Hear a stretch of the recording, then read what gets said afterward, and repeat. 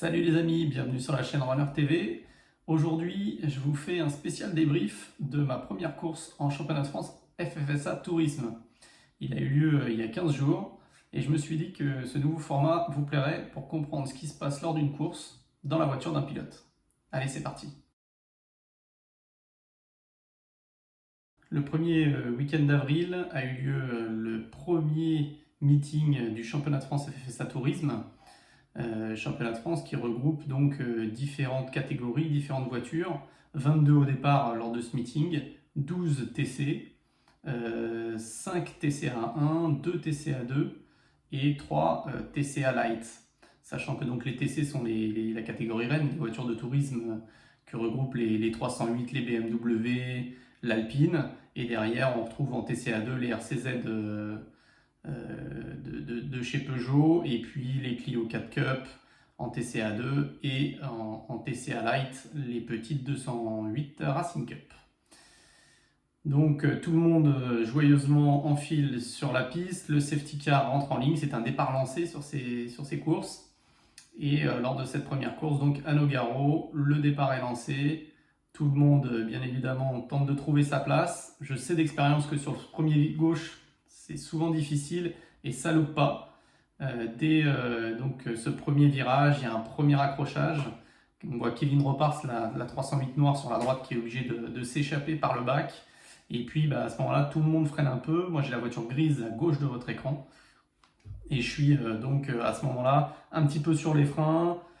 Voilà, dans l'intention de voir où est-ce que ça va partir, et je me serre sur la gauche à l'intérieur et je viens retrouver un petit peu plus loin là-bas la BMW donc, qui a été l'origine de l'accrochage et qui vient me récupérer sur le deuxième droite. BMW qui va venir aussi, vous allez voir un petit peu plus tard dans la caméra embarquée, qui va venir me percuter aussi un petit peu. Donc voilà, on est tout de suite dans la voiture. Petit départ assez timide, première course, voilà, je savais que ça allait chahuter, on voit que ça bouge tout de suite devant, je pars sur la gauche, et la BMW qui vient se remettre sur la piste, paf, on entend un petit coup, elle vient me choper l'aile. Voilà, on sent de toute façon une petite hésitation au moment où elle revient, moi-même je me dis est-ce que ça passe à l'extérieur ou pas. Bon, donc très vite on comprend qu'il va y avoir un safety car. Mais avant ça, on va revoir le replay. Voilà, le petit replay. Donc on voit, regarder un petit peu, voilà, troisième ligne là-bas. On voit la BMW qui est à l'intérieur. Tout de suite, ça s'accroche sur le vibreur intérieur. Et ça part, voilà, les deux partent à l'extérieur. Kevin Repars qui s'échappe.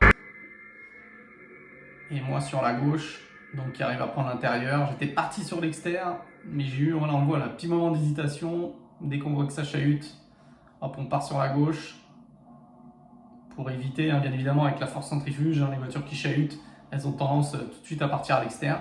Et là, je viens récupérer la BMW. Pareil, petite hésitation. Est-ce qu'il va tout de suite reprendre les gaz ou pas? Voilà, on entend le coude sur la porte. Et en fait, bon, voilà, je décide de faire l'extérieur. Voilà, petit stigmate de ce deuxième virage.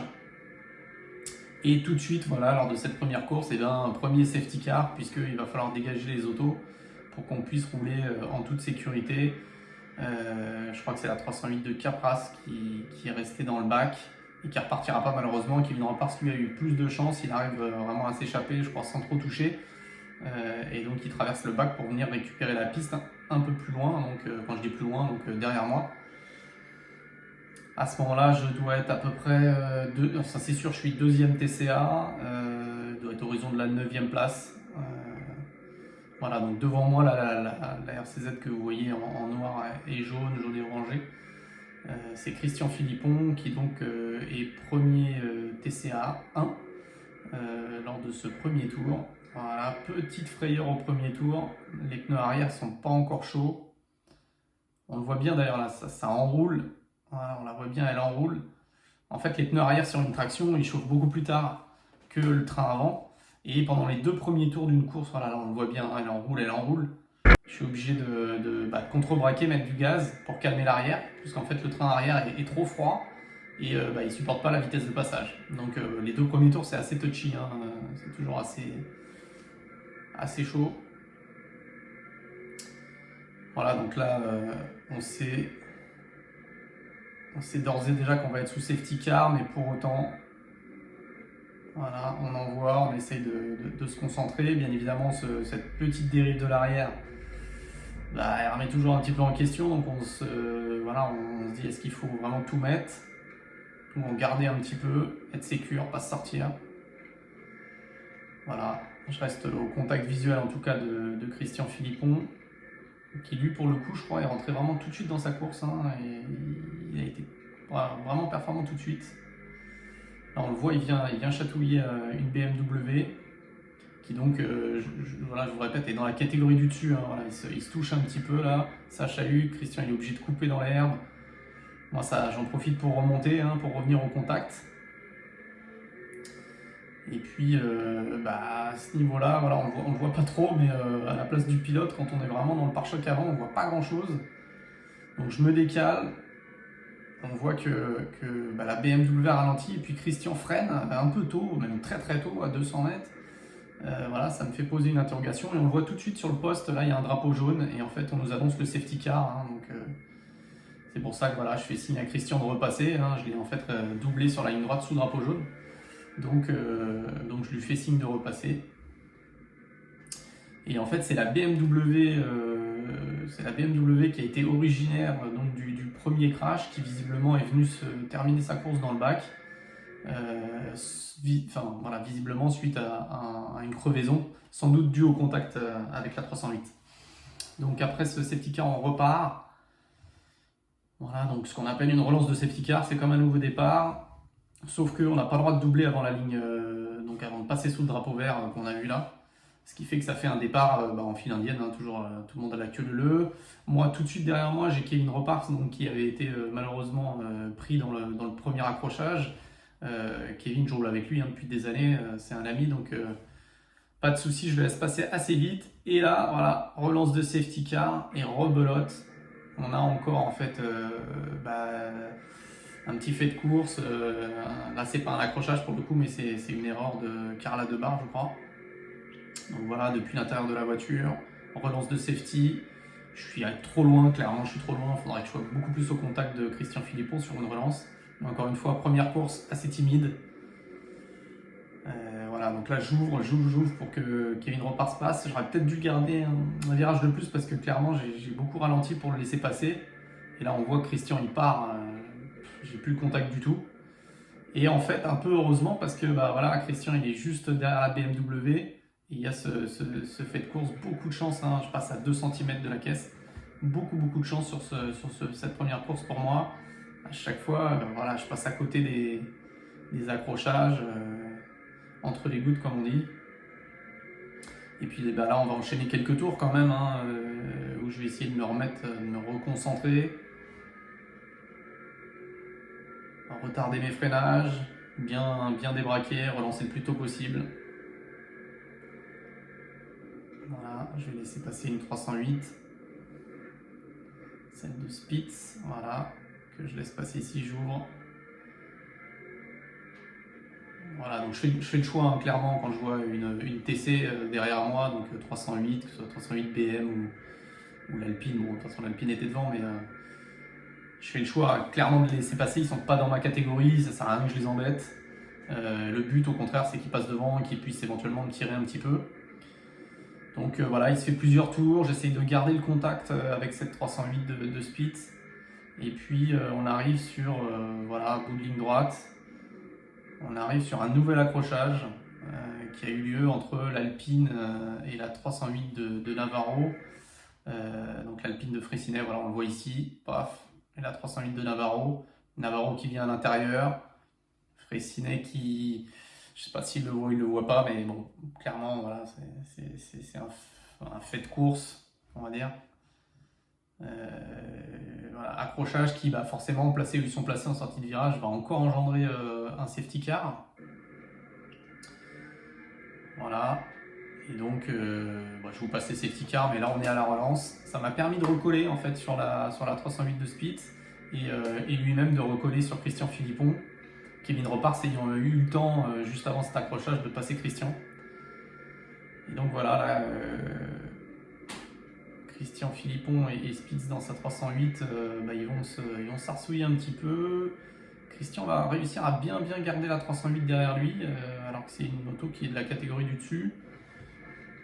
Voilà, on voit qu'il donne tout, hein, il monte sur les vibreurs, la caisse chahute pas mal. Et derrière, Spitz il est plutôt dans l'attente. Voilà, il force pas. Bon, normalement il a plus de chevaux, donc il peut passer sur la ligne droite. Et pour autant, Christian il relance bien à ce moment-là, sur justement ce virage qui conditionne, qu'on appelle l'escargot, qui conditionne la ligne droite, il relance bien, il arrive à décrocher un petit peu l'aspiration de la 308. Et forcément, Spitz il met du temps à remonter au contact et il n'arrive pas je crois que sur un tour ou deux, vraiment il n'arrive pas à aller le chercher. Moi pendant ce temps-là, je suis assez spectateur de tout ça, je me dis qu'il faut que je reste au contact. Je suis deuxième de ma catégorie à ce moment-là, donc c'est quand même pas trop mal, on est à mi-course. Je me dis, voilà, faut prendre de l'expérience, essayer de suivre le rythme. Et voilà ce que j'essaye de faire. Donc eux deux, ils se chahutent un petit peu, ils se gênent aussi. Et moi, j'essaie de garder le rythme, de prendre de l'aspiration de temps en temps. Ça me permet aussi de garder mes pneus sur de bonnes conditions. Et je reste, voilà, spectateur, vraiment.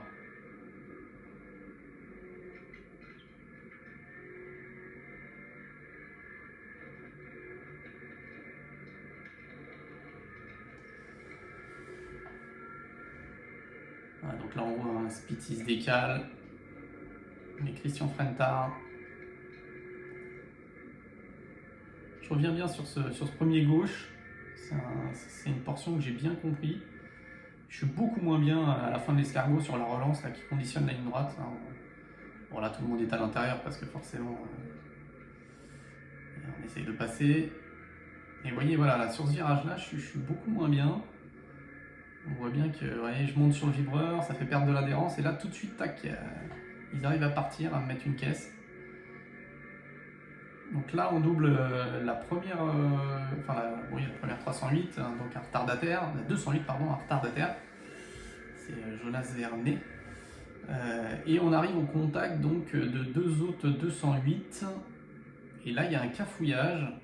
Donc les Christian et Spitz se sont jetés à l'intérieur. Moi j'en profite pour vraiment prendre la bonne trajectoire, être à l'extérieur. Et Christian repart pas du virage. Sur le coup je me dis qu'il loupe un rapport ou qu'il a un problème de boîte, problème mécanique. Et donc je suis moi Spitz. Et en fait en regardant cette vidéo, en faisant le replay, on se rend compte qu'en fait il y a un petit drapeau jaune sur ce virage. Et je pense que Christian, il double, hein, on le voit bien, il double la 208, il doit le voir, il a un moment d'hésitation.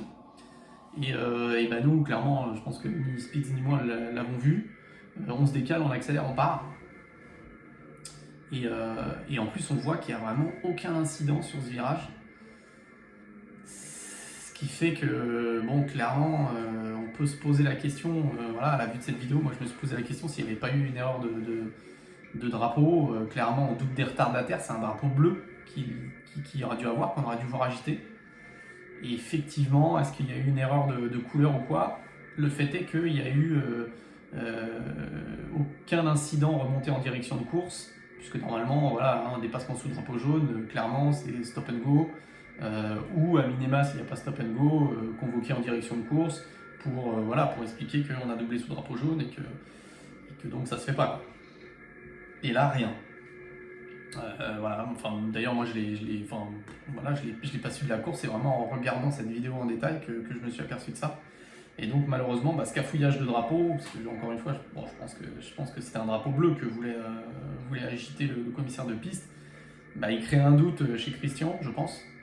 Il crée un doute et forcément ça entache complètement sa course, ça lui quelque part lui empêche le droit de défendre sa place. C'est malheureux pour lui. Pour le coup, donc à ce moment-là, moi je passe premier TCA. Voilà, je finis premier TCA et septième de la course.